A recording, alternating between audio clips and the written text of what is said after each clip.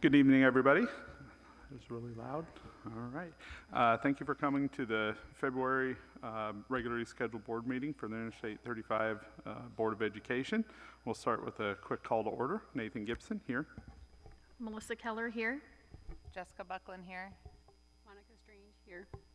Dan Hutton here. Ross Boffman here. All right. Thank you. If you'll join me in the Pledge of Allegiance.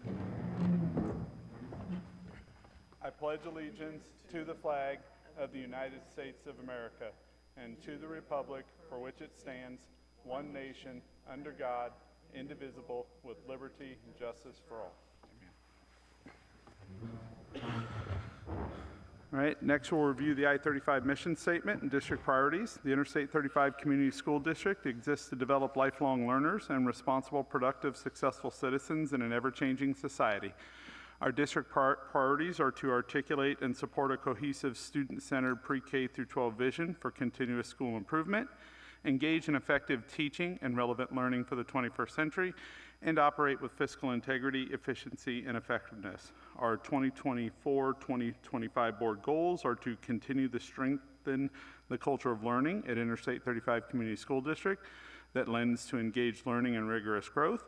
And by the end of 2024-2025 school year, the school will ensure transparency and will achieve optimal resource management by aligning staffing levels with student enrollment, maintaining a balanced budget, and ensuring full compliance with Iowa taxation laws. Next, we have discuss or approve the agenda. You guys should have seen a copy of the agenda. Is there any discussion? All right, seeing none, I'll entertain a motion to approve the agenda. I'll make a motion to approve the agenda. It's been properly motioned. Do I have a second? I'll second the motion. It's been properly moved and seconded. All those in favor signify by aye. Aye. Opposed? All right. Next, we have open forum. Residents, students, parents, guardians, and staff members of the district may address the board about relevant topics. Those who wish to speak must sign up at the beginning of the meeting. Speakers' participation is limited to 5 minutes per meeting. We ask speakers to remember that Iowa law prohibits the board from discussing specific employees, students, or their performance. And with that, we had one sign up today, Michael McClellan.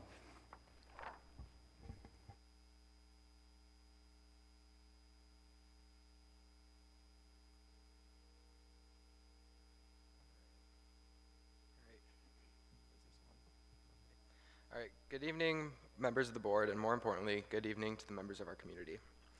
I come here tonight to shed light on our current situation and leadership. In our board member code of ethics, it says, quote, I will endeavor to keep informed on local, state, and national educational developments of significance so I may become a better board member. I will consider myself a trustee of public education and do my best to protect it, conserve it, and advance it, giving to the children of my school district community the educational facilities that are as complete and adequate as it is possible to provide. And lastly, it says, I will attempt to procure adequate financial support for the district. Iowa's legislative session has been up and running for about 3 months. I wonder if any of our board members have been keeping track of any educational legislation. Well, correction. I wonder if any of our board members have been keeping track of any educational legislation that wouldn't prohibit a public school district's ability to operate within its own autonomy. I'll start with House File 150. While I can appreciate and sympathize with the board's concerns regarding the use of standards-based grading, these are concerns that can be, should be, and have been addressed and dealt with at the district level. In fact, I'll remind the public that this board has already changed our grading system away from the major philosophical theory by insisting that homework be graded in an 80-20 format. Regardless, this was a primary complaint brought by our board members as they spoke to our legislators against SBG. Along with this, claims were made that parents have effectively been removed from the equation, insinuating that our teachers do not communicate with parents and are unwilling to do so. As I'll remind the public again, the board requested a mandated grading window where grades of some sort must be entered every 2 weeks in an effort to resolve the issue. The issues that we have had in our district are not problems that every district will face during the implementation of standards-based grading. The bill defines standards-based grading to mean a method of evaluating student performance in which traditional academic subjects are broken down into smaller learning objectives or skills, and a student's performance is evaluated based on the extent to which the student has mastered each particular learning objective or skill. Because of this definition, I would ask Board Member Buckland, who spoke in favor of the legislation, how do you grade and teach if you do not do so in alignment with Iowa core standards and break down standards to teach them appropriately? Because of my role on the Iowa State Board of Education, I know that you are legally required to do so, and if you are not, I have immense concerns. Also, should I assume students in your classes are not allowed multiple opportunities to demonstrate understanding?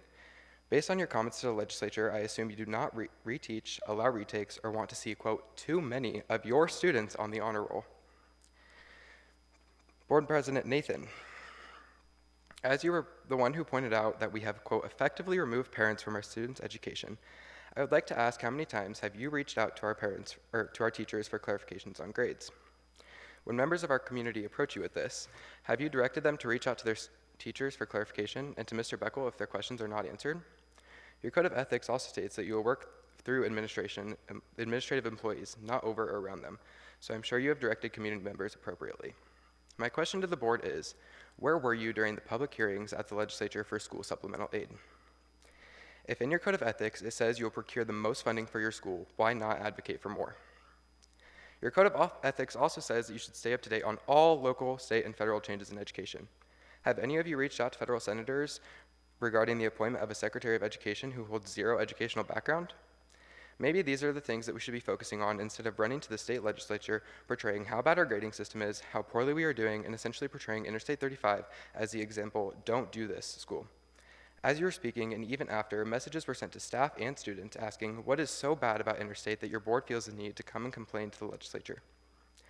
All of this took place while you claimed to support, quote, celebrating all the positive things happening at I-35, even to the extent of adding a whole section dedicated to the celebration to your monthly agenda. My question to the public that I hope they remember for months to come is our board upholding their ethical code, and are they upholding Roadrunner pride by portraying Interstate 35 as the destination school they want it to be? I condemn our board's behavior and implore them to do better. Thank you, Michael.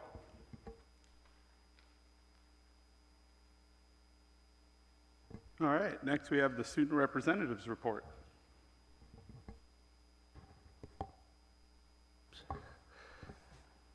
Alrighty, so over this past month, the student council held a Crush for Your Crush to raise money. So what students can do is they would go up to a student council member and they would tell them like they want to purchase a crush, and then they would say who it'd be for, and then this is just for the student council to raise money for different events and stuff like that. Last week was FFA week. There was dress-up days. So Monday it was pajama day, and then Tuesday it was flannel day, and Wednesday was camo day. Thursday was country versus country club, and Friday was blue and gold. Also it'd be this past Friday, as part of FFA week, we had the Ag Olympics. So we kind of gathered ourselves into teams that we chose, and we had all kinds of different obstacles. So one person there was like 5 different stations, and one person had to be at each station. You had to try and find a washer out of a bucket of feed, and then you had to throw hay from one spot to another, and it had to be stacked. And then there was an egg toss, so you had to toss it back and forth 15 times without it breaking or dropping. If you did, you had to restart. And then there was one guy had to hop in a feed sack around cones, and then there was another guy who had to ride a pedal tractor and weave in between the cones. So, it was kind of fun. And the freshman team wound up winning that. And then also there was a teacher breakfast, and that was on Wednesday. They had a pretty good turnout at it. Good food. We served pancakes, eggs, sausage, and hash browns. So it was a pretty good turnout. As far as upcoming events go, March 7th there's a carnival. And that's from 5 to 9, and this is to raise funds to support After Prom. And then parent-teacher conferences are coming up. I'm sure you guys are all well aware of that. That's the 11th and 13th. And then the exciting part, spring break. students and staff are all excited about that, enjoying some time off with family and friends and, getting projects done. Also, NHS is hosting a scrapbooking event as well, and that is March 29th. This is to help raise funds to support different community events and stuff like that. In addition, there's a career fair tomorrow, and that's at Simpson. And there's going to be all kinds of different trades, colleges, that type of thing. There's lots and lots of students going to that, so that's good, to find what their interest may be and further their paths. As far as sports go, congratulations to Braden Skeffers at state. He placed third out of the championship, so that's huge. Congratulations to him. And then spring sports are starting to begin. I know there's been meetings for track, softball and baseball. They're starting their pitching and catching and that type of thing. And there will be a trap banquet on Wednesday, so trap will be starting soon as well. Is there any questions, anybody? So I had a quick question about the FFA. So Yes, sir. I saw some pictures and obviously the posts about the kids receiving their Iowa FFA degree. How Yeah. many exactly got it this time? I believe there was right around, it was mainly juniors, and then there was two seniors. So I want to say there was like, how many? 8? 8, yeah. All right. So and one of the pictures I saw, you all were like putting the names up on the running list of I-35 kids. That looked like the biggest group yet. Do you know if that's the largest single group that we've had? I would say I'd say it's one of the largest. It's awesome. It's really good, seeing people get their degrees, and hopefully we can continue that for years to come. You were one of those too. Congrats. Well, thank you. Any other questions? All righty, thank you, guys. Thanks, Ross. All right. Next we have Roadrunner Celebrate Success, and we have the elementary PBIS team that's going to share some things with us.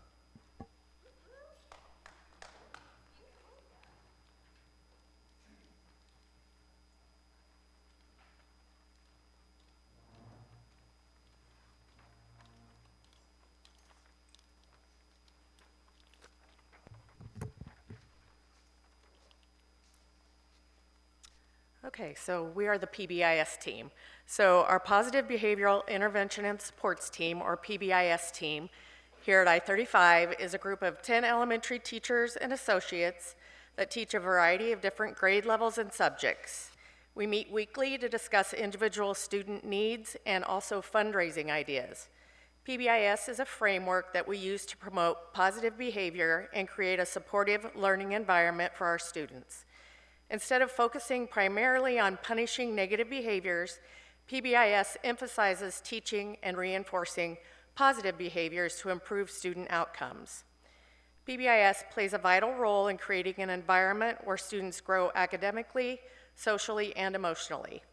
By focusing on the whole child, we are not only preparing students for school, but also equipping them with the tools they need to lead our community in the future. Some members from our PBIS team are going to share the proactive and reactive reinforcements that our team focuses on. Hi, I'm Stacy Schultz. I am going to talk to you about our proactive reinforcement, which is our BEEP store. At the beginning of the year, we get all the students together and we have expectation stations that we divide them up into, so they get to go to the restroom and learn what their expectation is. The hallway, the playground, the lunchroom, the classroom. And once they learn what those expectations are, then we explain to them how they get to earn rewards by following those expectations. Every staff member has access to BEEP tickets, and on the BEEP tickets are our expectations: being your best, be safe, be responsible, and be respectful. And if you ask the students, they can tell you what's on those beep tickets. They know those expectations. So when they go through the expectation stations, they're explained, what does it mean to be your best in the restroom? What does it mean to be safe in the lunchroom? Once a staff member sees a student following an expectation, for example, in the lunchroom, I can go over and say, hey, Sally, I really appreciate you helping your neighbor opening their milk. They were struggling. You were being respectful. So I mark it off, write their name down. They take their beep ticket, they go into their classroom, they house them in their classroom, and then usually the teachers, once a week, sometimes bi-weekly, the students get to count up all their beep tickets, and then, this is a smaller version, but in the classroom, they get to decide how they want to spend their beep tickets. So their beep tickets are like their money. For 4 tickets, they can get stickers or a mustache. For 6 tickets, a bouncy ball or a pencil. And then it goes on up to some of the favorite ones would be a mini fridge for the day. Walk the block with a staff member is huge. What are some of the others? Roadrunner table with a friend. They love to eat at a special table in the lunchroom with their friends. So to do that, they get to fill out their order form, they send it to the office, and then I check usually once a day. I'll go to the beep store, I'll fill it out. With their prize, they get a ticket saying what they got. It's an experience, like a treat or something. Yes. Or a frozen Yes. treat, or sit at the Roadrunner table, or. Yep. walk. Yeah. And then they get to either take that prize home, or they get to use their ticket and say they want to eat at the Roadrunner table. They bring their ticket, we tear it off, they get to take their ticket, ask their friend to come sit with them. We also do, as a whole class, in the classroom, if the whole class is being found being respectful in the hallway and following all those expectations, they can earn a class beep ticket. Once they earn on the game board, once they fill up a half of a beep ticket, on the back of the order form, as a class, they get to vote and decide, do they want to do extra tech time? Do they want to have a bubble party, chalk party, dodgeball party? Then they continue and they fill up the whole board.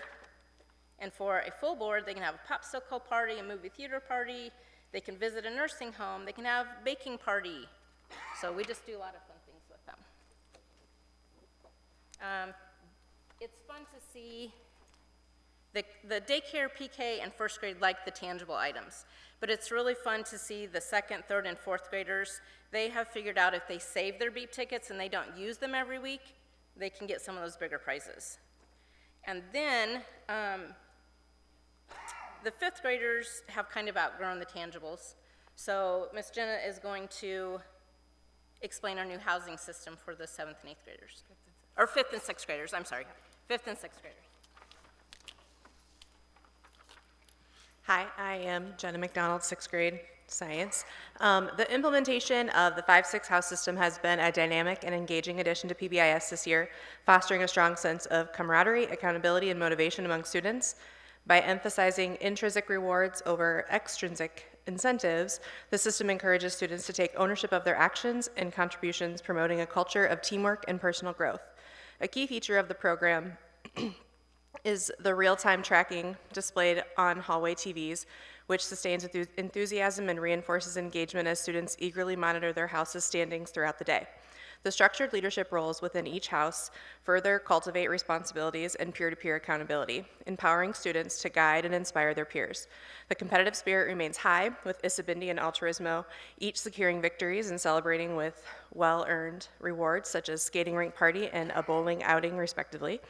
As the 3rd round unfolds in a tightly contested race, anticipation continues to build toward the grand finale, the end-of-the-year celebration for the house that claims the overall coveted House Cup.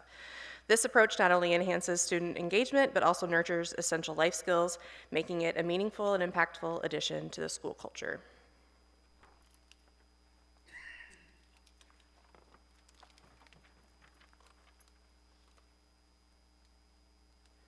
Hello, I'm Nikki Truman and I teach first grade. As a PBIS team, we also host 4 student-led PBIS assemblies each year, focusing on one of our PBIS core BEEP expectations, which are be respectful, be responsible, be safe, and be your best. These assemblies are not only an opportunity to reinforce positive behavior expectations, but they also serve as a platform to celebrate student successes. During each assembly, we recognize both academic and behavioral achievements from the quarter, highlighting the progress students have made. This practice fosters a culture centered on engagement, personal growth, goal setting, and active participation in learning. By acknowledging and celebrating positive choices, we're trying to empower students to take ownership for their learning and behavior and reinforcing the values that create a supportive and thriving school community, and ensuring that our students feel recognized, motivated, and inspired to be their best selves every day. We also organize and fund an annual hallway transformation. Last year, our theme was the Mario Brothers video game, Luigi and Mario. And we do this to boost morale, build excitement, and offer encouragement to students during those very stressful weeks of the ISASP state standardized testing for the 3rd through 6th graders. So we just try to do something fun for them that week. Each year, we also create themed t-shirts for all elementary students. This helps us focus on building a strong sense of community and teamwork across our elementary school. We're incorporating our school-wide theme. Our past theme was Better Together. Our current theme is One Team, Big Dreams. And these shirts help us reinforce our collective identity as Roadrunners and are worn on assembly days, field trips, and other special events. So we try to use those to create a sense of unity. And this year we've even taken it a step further by adding our house system names on the shirts for the 5th and 6th graders, since that was new this year. This addition strengthens their sense of belonging and encourages more camaraderie within their houses while still being a part of our larger school team. They serve as a visible reminder that we're all a part of something bigger, and we're trying to help build pride, teamwork, and school spirit through that initiative. Additionally, we host quarterly book challenge celebrations. If you have kids in elementary, you know they're supposed to read a certain amount of books by a certain date, and we're trying to encourage that.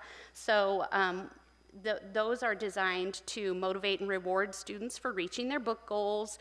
These celebrations are made possible through our PBIS funding, which allows us to provide engaging experience rewards and special recognition for students who are meeting those reading milestones.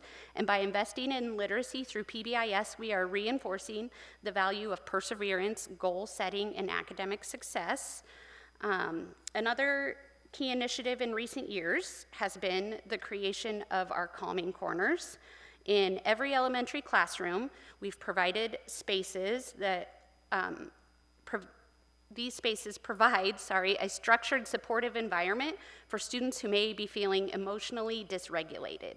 So, when one of my little first graders is experiencing some stress, some frustration, or overwhelming emotions, the Calming Corner offers a quiet, safe place where they can take a moment to self-regulate so that they can re-engage in the learning.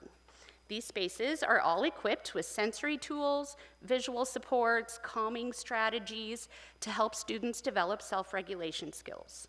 By providing this resource, we're fostering a school environment that prioritizes emotional well-being, reduces disruptions, and ultimately enhances student success in the classroom. We are already seeing positive results, including fewer classroom disruptions and improved student self-regulation. Each year, PBIS has also successfully hosted our elementary boys' lock-ins and girls' sleepovers. These initiatives have a dual purpose. Number one, we're trying to build core memories and peer connections. So these experiences provide students with a fun and meaningful opportunity to bond with their classmates outside of the school day. Creating those core memories during elementary school builds a positive school culture, strengthens their friendships, which aligns with our PBIS goal of promoting social emotional growth and a sense of belonging. Also, secondfold, it's a fundraiser for our PBIS program. So we charge admission for these events.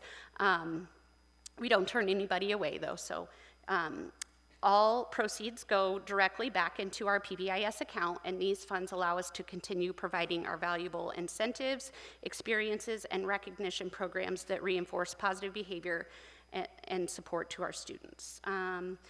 Those have been well received by students and families alike, and they contribute a positive and engaging school environment. We look forward to continuing these efforts and exploring additional opportunities to enhance our program. Lastly, we also work with Rose Dickinson to identify and send at-risk students for equine therapy at Wildwood. I think that's been spoken about before, so you guys kind of have a little background on that, but we also help with that, and we also fund that. So some of those PBIS funds go to help with that. So, all right.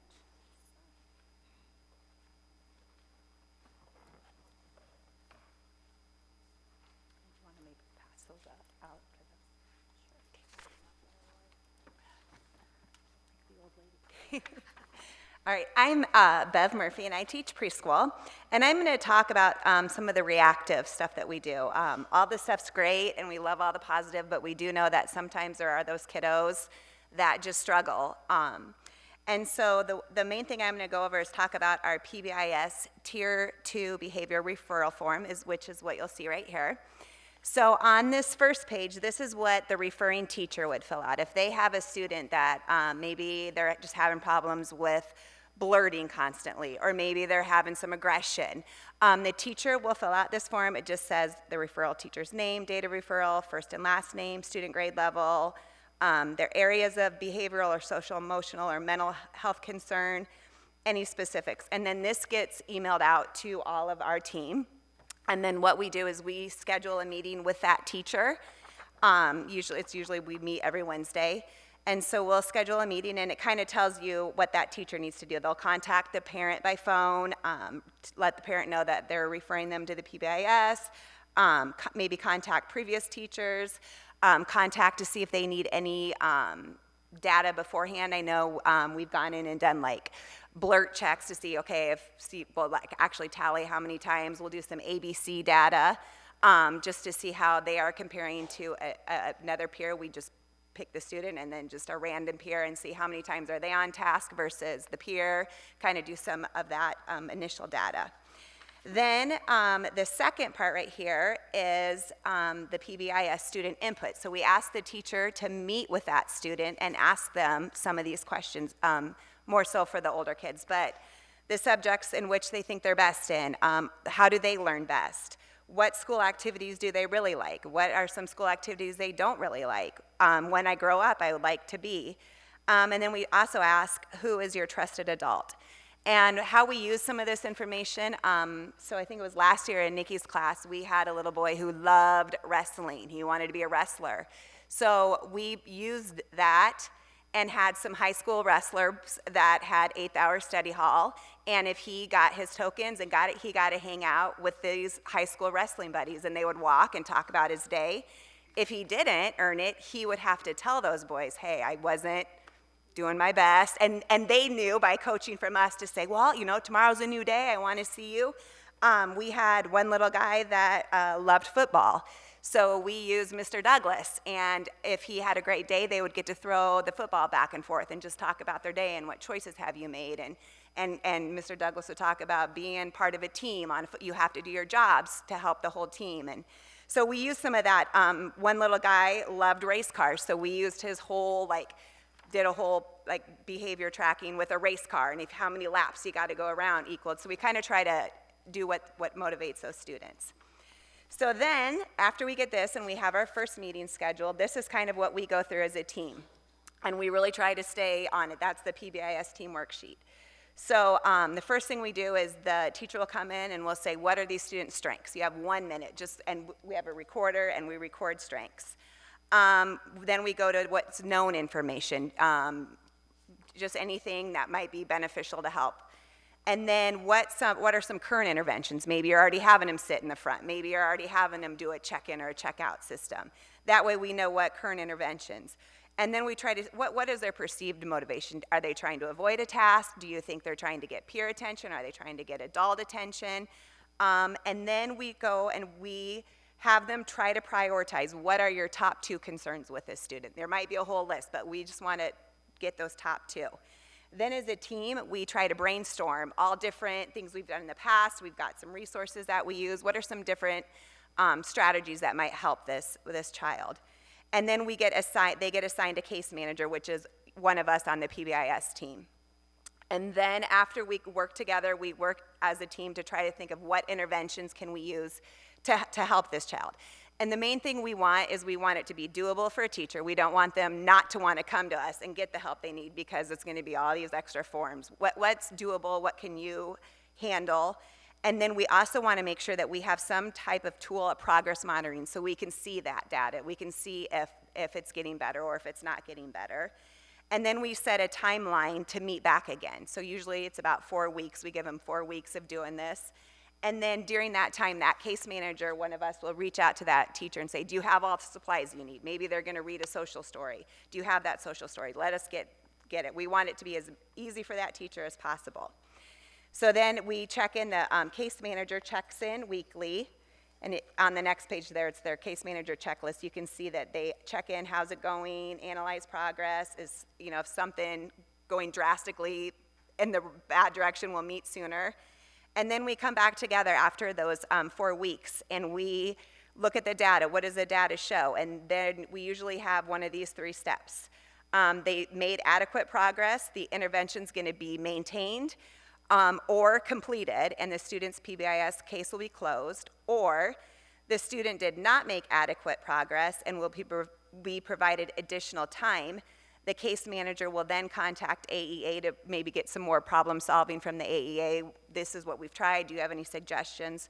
Or the student did not make adequate progress, and we will contact the AEA to move forward with a DS process. And usually, for the most part, it's one of those first 2. They've made progress, or they're making some progress, but maybe if we tweak this, or let's try taking this part of the intervention out and see how they can do with just this part of it. And then we will set another meeting back, usually in like 2 or 3 weeks, check in, see how it's going. And then every year we start fresh. So we don't carry these over. We want to give each kid that chance to start fresh. We do, though, usually I'll pop in and be like, hey, maybe Johnny's been on a tier 2 before. Just keep a heads up. Hopefully it's a great year. So that's one of the main things we do on our Wednesdays is go through this. Another thing that we have gone through is we do have success coaching, and we currently have about 40 students right now who are involved. They have to have parent permission in order to do this, and they meet with an adult in our building, Nurse Brandy, Nurse Angela, Rose, Brayton, and they meet anywhere from once a week up to 3 times a week, and they just do some success coaching. They just have that adult that they can form that relationship with. So we do that. Another thing that we have done is we kind of look at students with some high absenteeism issues. We'll kind of go through and look at that data, and then usually between the 10 of us, we'll be like, oh yeah, they were on a cruise for 2 weeks, or oh, they were sick, had the flu, so we can kind of know, or like, oh yeah, we need to be keeping an eye on this one because it's missing a lot. But those are just a few of some of the reactive things that we do. So now I'm going to Nikki you up for some of our recent fundraising. I'll be quick. Sorry. So most, if not all, of the things that we have talked about, those programs are considered extras, meaning that they are not funded through the general budget. And so because of this, we do rely heavily on fundraising efforts to maintain those initiatives and to introduce new ones for the future. So to support these programs, we have organized a variety of fundraising events. These have included pie auctions at some of the football and basketball games, charging admission for the boys and girls lock-ins, like I mentioned before, and we did host a mega night at one of the recent Friday varsity basketball games where youth were admitted free with paying adults to try to bring in more of a crowd. And thanks to Mr. Weber's generosity, we were able to keep the gate money from that night, the revenue from that evening, to go towards PBIS, which was very generous of him. And then we also had a pie auction that night too, silent and live pie auction. So these fundraising efforts allow us to continue providing meaningful incentives and experiences to support positive behavior among the students, and we truly appreciate the ongoing support that the school community and individuals who help make these opportunities possible. And we are always on the lookout for fresh ideas for fundraising, so if anybody has any, let us know. Yeah, thank you.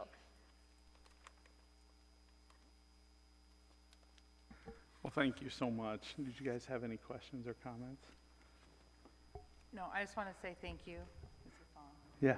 Oh, it's off, now it's on. Yeah, that was a lot for 10 of you guys to do. There's 10 on the thing. Wow. That's impressive. So thank you for all the work, and God bless you, because I know the sleepover is on Friday. I opted not to volunteer to help, but I'll send snacks and let me know what you want. But yeah, that's exciting. I know my girls are pumped for it, and oh, good to know. I'll remember this. But and smart on you for also the boys' sleepover then goes to you alternated years. Yep. Smart. Yep. So, but no. We'll do some sort of small activity for boys this year Okay. and then flip-flop next year. So Okay. they get an experience, but we decided we couldn't, keeping up 2 overnights in 1 year is a lot for us. Yes, well, thank you for that, because I know my girls anyway are pumped, and James is already asking about when boys get their go-round for that. So no, what you guys are doing is seeing, and I know my kids talk about it, the beep tickets and the house stuff, and it's definitely making an impact, so thank you for that. Wow, that's amazing. I had no idea. There were so many moving parts and so many people, so thank you for all of you walking through that. That's awesome. I have a question. How do employees get on the PBIS team? Do you apply every year? What is that? I'm just curious. I'm just curious what that looks like. That was my favorite part of the day. You just nailed it. That was fantastic. I graciously ask every staff member to be a part of a team, and I give them kind of a, what's your first choice, what's your second choice, what's your third choice, and we kind of build teams like that, and we try to keep some stability on different teams, but also some moving around so that people get into different areas and get different expertise and things like that. So that was their team of choice, of the choices that they had. So, correct me if I'm wrong, the PBIS, this is the thing that's required by law for our teaching, right? The thing that I read, PBIS is not? No. Oh, no, I'm not thinking PLC. I thought it was one of the teaching methods. Okay.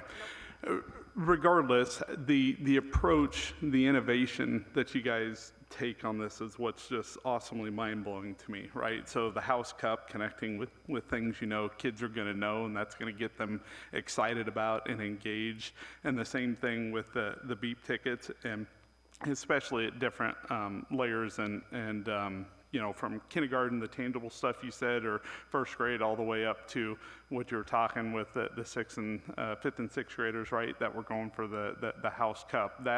That gives them, the incentive and the reward. And I think the thing that caught my attention is you start with establishing what good is. I think you were talking about that. You take them, to the hallway, tell them what the expectations are, right? So then the kids know that from the start, and then you continually reinforce it so they're not, guessing and rewarding it. So that's the exciting part, is just the innovation and the thought process you guys put into this. And I'm excited to see what you continue doing year after year, because I know you keep evolving and coming up with new ideas. So please keep coming back and giving us updates on this stuff. It's awesome. So thank you.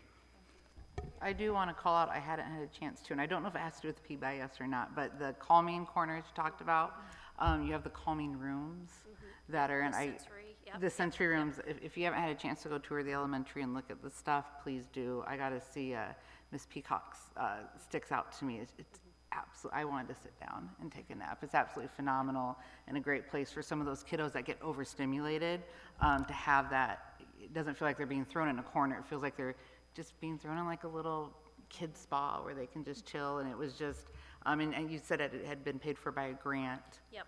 I think there's a Rock Foundation in Greenfield that paid for that. Those materials, they paid $500 for the one in Miss Reminga and Miss Hayner's room and $500 for Miss Peacock's. Yes, the Hayner's room one was really cool too, using that space and stuff. So the corners are really cool, but yeah, those actual rooms that they have are really phenomenal. If you haven't had a chance to see them, I encourage you to. All right, well, thank you. One last thing, remember, PBIS is looking for fundraising and donation opportunities. I think it's a great idea for your next 500-mile run you're going to put on. So. We'll take it. Thank you very much.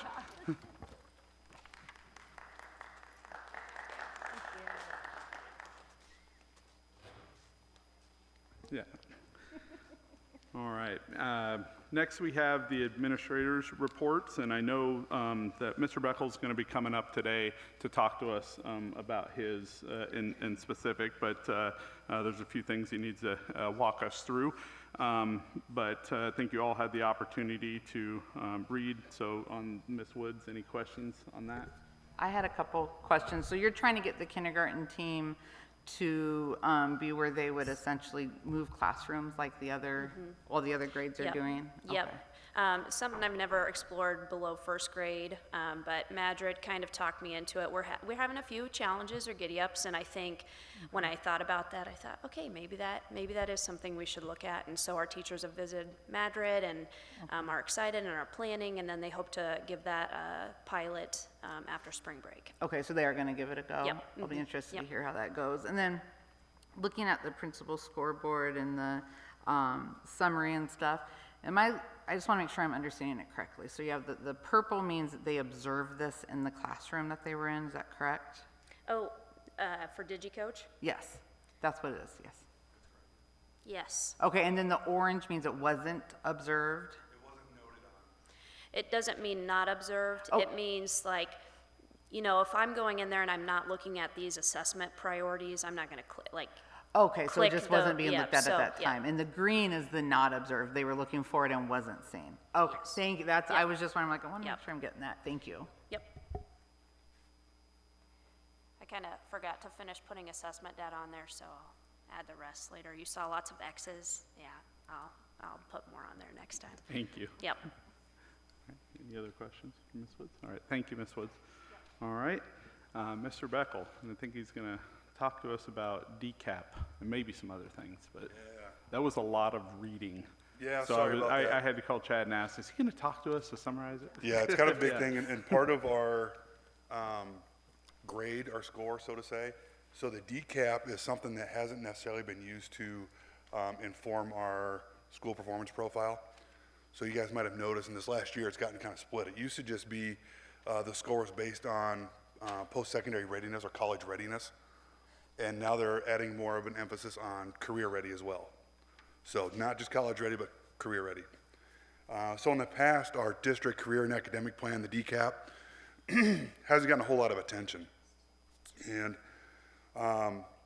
basically, it's been added to our score, and our score that we received on our last couple years in a row has been very low. We looked at last year's, the one that was submitted was like a 6 out of 36, so we scored very poorly on it. So in October, the AEA hosted a work session so they could help us improve our scores. Because part of the problem is there's a lot of blanks on there where we are doing a lot of great things, it just wasn't recorded on our DCAP. So for example, like when we have our career days, and like employers or people from out in the careers come in and talk to our kids, that stuff wasn't on there. Our work-based learning stuff wasn't on there. The stuff that we're doing in our life skills classes wasn't on there. So one of the things we did is we held a meeting in November, was our first meeting, where we got, it was me, Ms. Steinlage, Ms. Duttrey, Ms. May, Ms. Dickinson, and Ms. Cooper. And we kind of just said, okay, so what are the things that we do around here that apply to our DCAP? And some of the things that they look for, some of the things that we need to report on is like, how are we getting kids to reflect on their learning, reflect on their skills, their interests, and that would be like our Zello program, okay? That program kind of helps lead students through that, and they actually put together like a 4-year plan, like what am I going to do after high school? That alongside with our School Connect program. One of the things we love about School Connect is it really focuses on students reflecting on their skills, what they're good at, what classes they enjoy, and then start thinking about what careers relate to that. So that in conjunction with Zello is kind of how we're helping students reflect on those things. What do they want to do when they graduate? And we do that work during our advisory time, and our hope is, or the goal is they're with that advisor for 4 years through high school, so that person is part of that conversation the whole time, and you can kind of act as an adult, kind of helping lead that student through decision making. They'll sign up for classes during that time. Ms. Steinlag, the other counselor, come visit during that time and say, hey, here's the courses we have available, here's the course guide, look through these things, look through your Zello, reflect on your skill assessments, your interest surveys, all those things that are part of that, and pick courses. And then the next step would be having conversations along, hey, are you interested in something that requires college or post-secondary education? If you are, then we need to start doing college visits. We need to do some research, what colleges relate to it, or what colleges have those programs, and let's get you out there. Let's get you visiting those schools. Let's have some conversations with parents. If a student is interested in getting into like trades right away, what career opportunities do we have for you? How can we get you connected with somebody?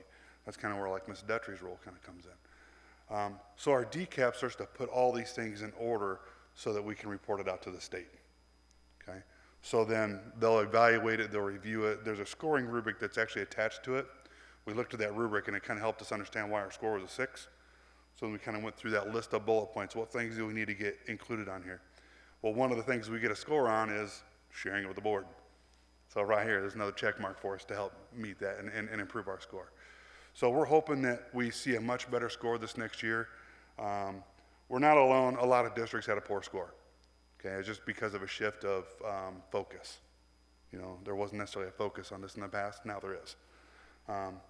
So we've added a lot of updates to it. Hopefully you guys have had a chance to look through it. If not, totally understand. Like you said, it's a lot to read through. But it's those things that we do inside the building and at school to really help prepare our kids. It's everything as well as we even have teachers that help kids write resumes in class, like some of our English classes. We have teachers that help set up mock interviews. We have our life skills class where we do a lot. We do everything from teaching kids how to inflate a tire, change a tire, check their oil, all the way to applying for jobs and writing resumes and all that stuff. So getting all that stuff down in a report, and another piece is like linking in evidence. So as you go through those links, you'll see some of that evidence in there. That way they can say, oh, this is here, this is the tool they're using, this is the product. We even had to link in some of our student reflection forms just to show we have students reflecting on these things. So it's a lot of detail, a lot of information. What kind of questions do you all have for us? Have you guys used that? Are you using the Zello now, or is that going to be new for next year? Yeah, we've been using Zello for several years here. And how do you like that? I've gotten good feedback. And when I spent time in another district, we used Cooter Navigator. From my experience, Zello has been a very positive difference. Does a good job of helping kids reflect, and then, like the interest surveys. Ms. Cooper actually took one of them herself just to kind of see how it went.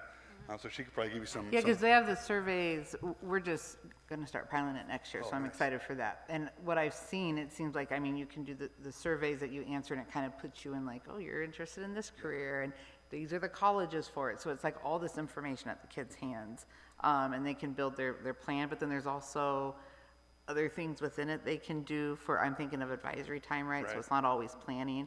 They can work on maybe, I think there's some, I can't remember if there is some social emotional stuff or different conversations, and it tiers up with grade level and stuff. Am I? Right. Okay, so And yeah. then that kind of coupled with our School Connect, like helping kids understand what to do in like times of stress. When you're overloaded with work and homework and whatnot, how can you de-stress? Like Oh, that's great, okay. There's a lot of great things that kind of work together with those two programs. Perfect, thank you. Yeah, I think once it gets to like 12th grade, then it talks about like after high school, but like your work-life balance, you know, things that once you get out of the house, then, you know, things that you have to think about. And it does progress the skills, and I went through and took the whole assessment on all the different categories, and at first it might tell you, like we had teachers that, you know, it might say something very, not what you would think would fit them as a career or something that they would be interested in, but then it builds all of the skills build. And so then by the end, one of the ones said, teacher. So, you know, for me, and I felt like it was very true. I think using that and having those conversations with their advisors and having that is a real strength for students to think. Because also we know our students are growing and changing, especially through 7th through when they get to 12th grade. And so it does have them go back in and take some of the assessments and kind of redefine it as they progress through the system. So it's a really new, the interface is really friendly. It's a nice tool. I'm really happy that we have it. And they'll take those surveys at different levels. So like the 3rd grade survey might say something like, you're gonna be a ballerina. But then as they kind of progress through it, and they get to like 8th grade and they've had more experience and taken more courses, it might give them more direct feedback or more guided kind of feedback. And then as like a junior, senior, it's even more honed in. So it's been a pretty decent program. Yeah. I think for me, like I said, I spent time reading through the whole thing, and the missing piece that I wasn't understanding what it was used for. So that's the report you have to submit. I think, as I went through, my initial thought was, yes, this is highlighting all the amazing things we do, but in a weird government report way, Right, So right. and I was like, what? That was the missing piece. Is it is a government report. You have to submit that into them. So. And we turn it at the end of March here. Yeah. No, I think, I believe Ms. Stutchery presented a couple board meetings ago a lot about, that work-based learning that we're doing. I think it'd be really good in the future to have a not government report presentation on this DCAP thing, so we can understand how we're supporting, kids no matter what path they want to go through. Right. And it pulls all the stuff, because hers was very specific to the work-based learning. But there's like you said, a ton of stuff in here, and the stuff you highlighted that I think it'd be good for the general community to see that in a non-government report way. So it's amazing. We'll also take this to the SIAC committee. And then okay. when we get feedback back from this, then the committee that met, we will look at the feedback and look at ways that we can improve. Awesome. No, that's great. So thank you for explaining that. Absolutely. Yeah.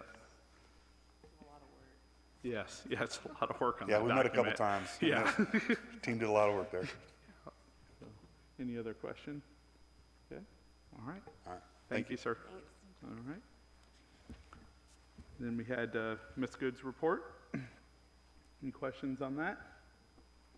I just had, one comment. I think I talked about this in the past. That I like seeing how we have the updates each month on how many kids we have, how many associates we have, and the various different things. But if we could get some sort of graph or chart that shows that over time, so we can see if the gap's widening. I know you've talked to us about the need for associates. I know there's potentially upcoming needs for additional associates. So seeing where we've been over the last couple years, and then potentially, dotted lines for projections on where, you think we might be heading based off of, the needs that we're seeing coming up from elementary and other places. It'd be really good to kind of see that trending line. So, any other questions for Ms. Good? Okay. And then Mr. Weber's report. Questions on that? Okay. All right. Next we have the superintendent report, and we have a facilities update. I believe I see Mr. Albright in the stands.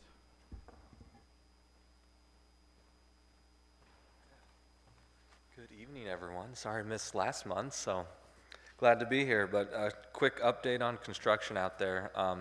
We're pushing hard to get the fields project completed. The real push right now is in the concession stands. We've got the floor sealed, walls painted, plumbing fixtures are going in. So we're in that final stretch.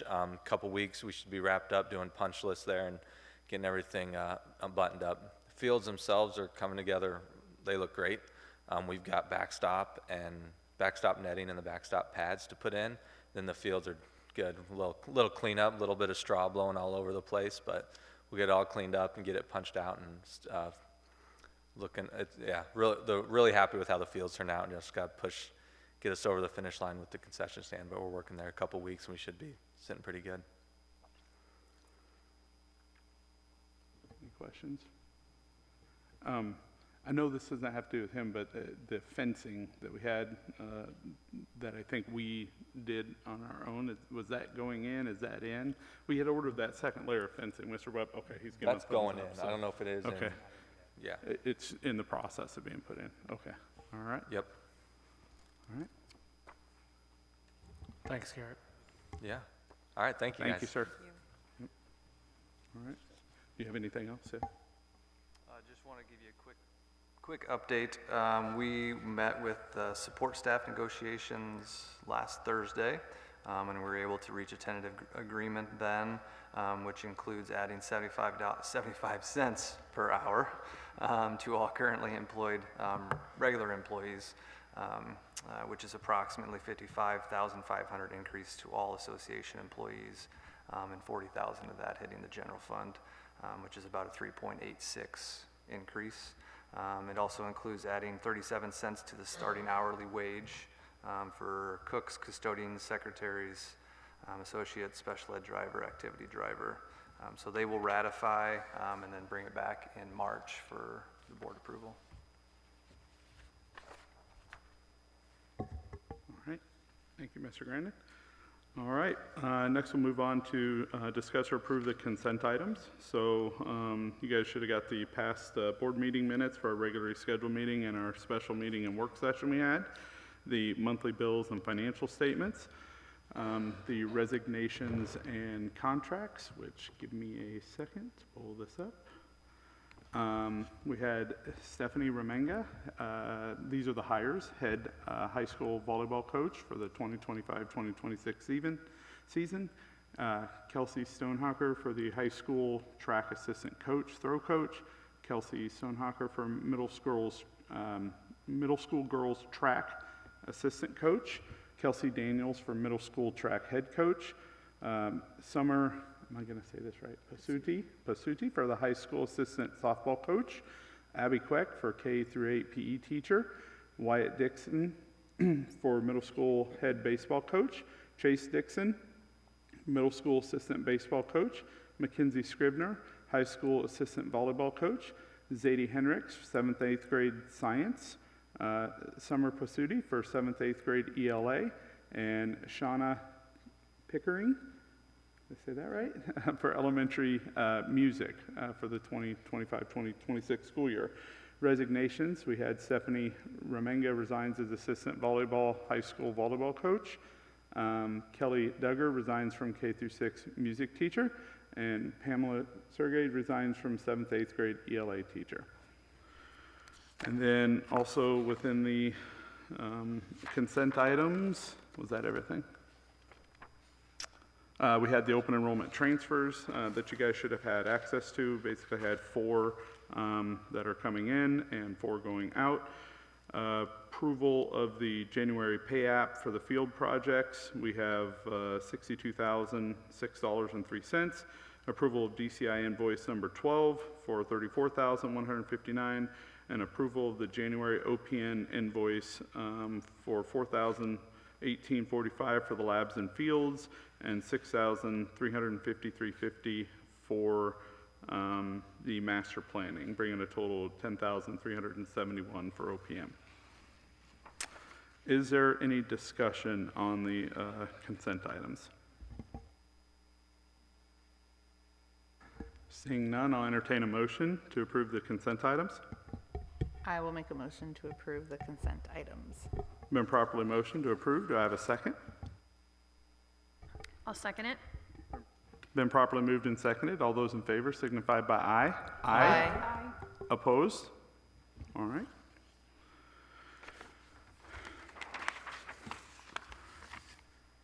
Next, we have the action agenda. First up, we have our second reading of the 700 series. Policies, we had the first reading last time around. I will tell my peers I didn't get a chance to read this last time because I was in Belgium and they were being blocked. I have since read them and don't see anything of concern. There is a couple policies, just for your awareness, that were added. I think one in particular was for the buses, and I had a question about that because it required three-point harnesses, and it says in the policy we'll have kids wear three-point harnesses, but it turns out that is for anything new going forward. So if you see that in the policy, the existing stuff, April can correct me if I'm wrong, but existing stuff is grandfathered in. Otherwise, I didn't see anything of concern in the policies. So, any discussion on the policies? All right, seeing none, I'll entertain a motion.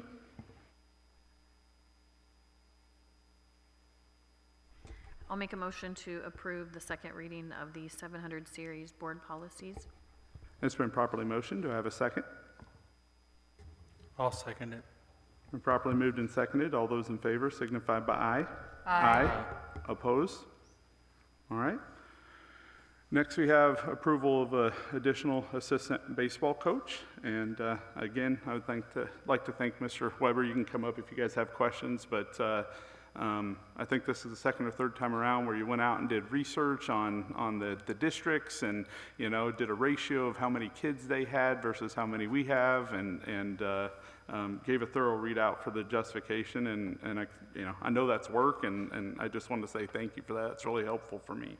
So, are there any other questions from the board on that? You want us to give us a quick update? No, just Okay. like volleyball last year, we lived the high ratio last year. I don't ever come early. We want to prove that we're going to keep the numbers. The numbers went up even more, and we only have a handful of seniors this year with a very large 8th grade class coming in. So we've added that third level, that JVR level. We're up to 6 to 8 games. We're trying to find more. It is extremely hard to find. Like, no one in our conference has a third level for baseball. We're out trying to find, games against like 4A teams, Norwalks and Valleys and stuff, like against their freshmen, to get these kids just some innings, essentially. So this position is more because that's a whole nother level of games, and a lot of them are going to land on days we already have games. So trying to split our high school coaches off and send them on buses different places won't work very well. So as long as we keep the ratio that I put in there, we'd want to keep the position. And just like volleyball, we would reevaluate every year, and if we drop below, we would stop that stipend, which we did with boys basketball a couple of years ago, the same sort of thing. So, yep, if you have any questions, just let me know. Yep, Thank you, Mr. Weber. All right. Is there any more discussion? All right, seeing none, I'll entertain a motion. I will motion to approve the additional assistant baseball coach. It's been properly motioned to approve. Do I have a second? I'll second the motion. Been properly moved and seconded. All those in favor signify by aye. Aye. Opposed? All right. Next, we have approval of girls soccer sharing contract with Winterset. Approve a sharing agreement with the Winterset Community School District to share girls soccer for the 2025 season. So for this one, thank you. I know we had an agreement with Indianola in the past, and that suddenly fell through. So I appreciate you taking the time to find this, so our girls can continue playing soccer. I know there's a lot of interest in this, so one of the things, if we could in the future, I know it's through facilities, but also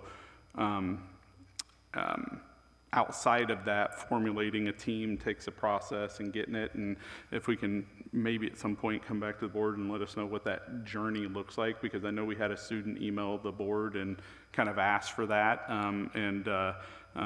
this is, I know it was last minute, so it's hard to get that overnight, but if we can understand where, what options we have and what that journey looks like, that would be great. That's my only requests on that. Otherwise, I fully support this. So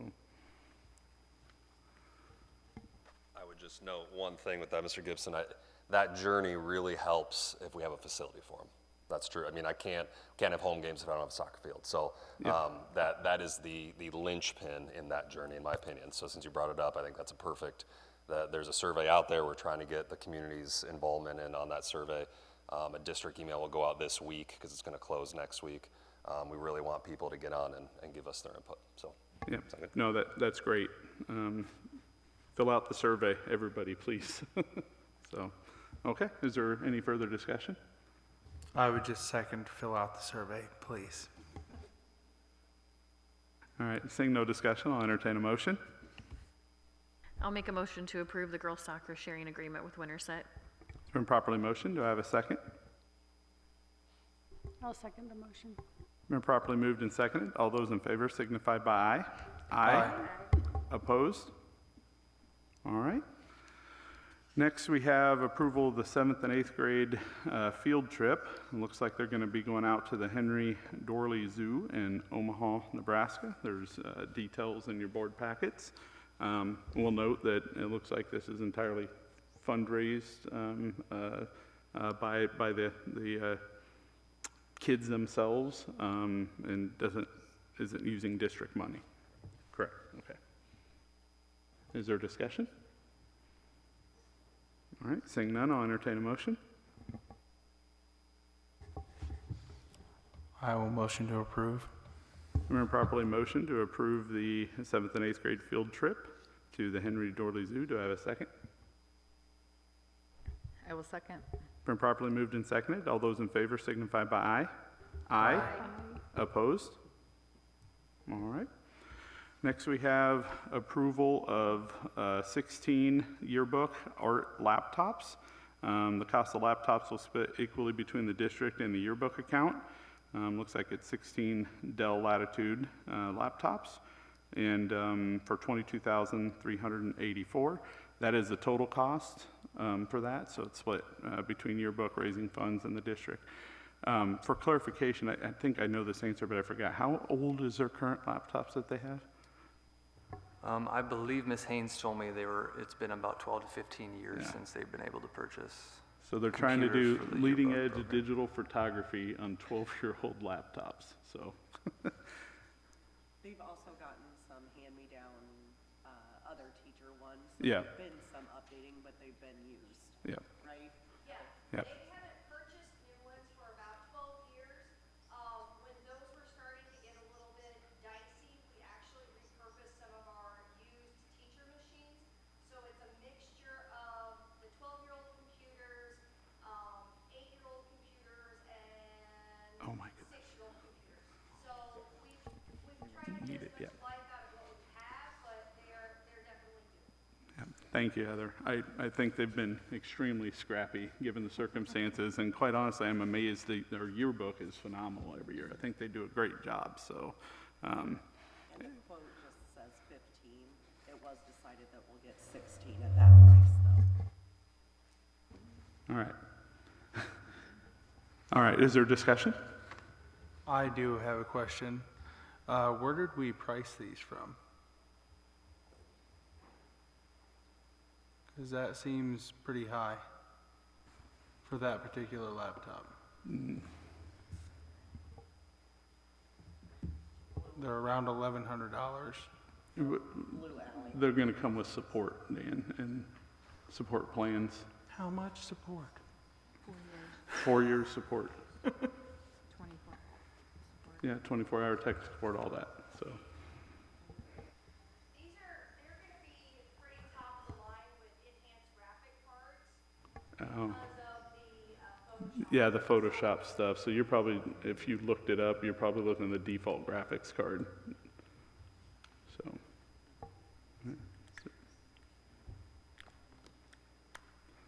Further discussion? All right, seeing none, I'll entertain a motion. I will motion to approve the 16 yearbook art laptops. Been properly motioned. Do I have a second?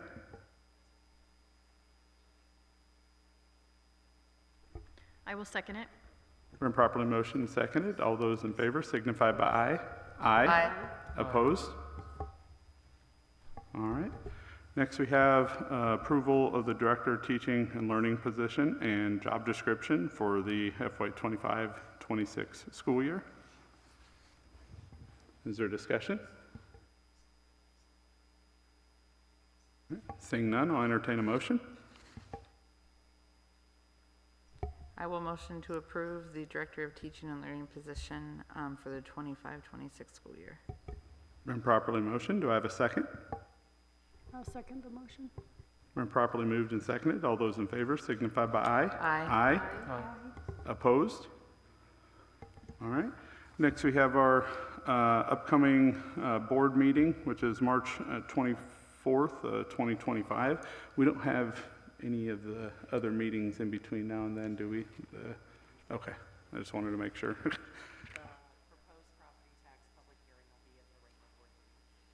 On the 24th? Yes. Okay, that's, okay.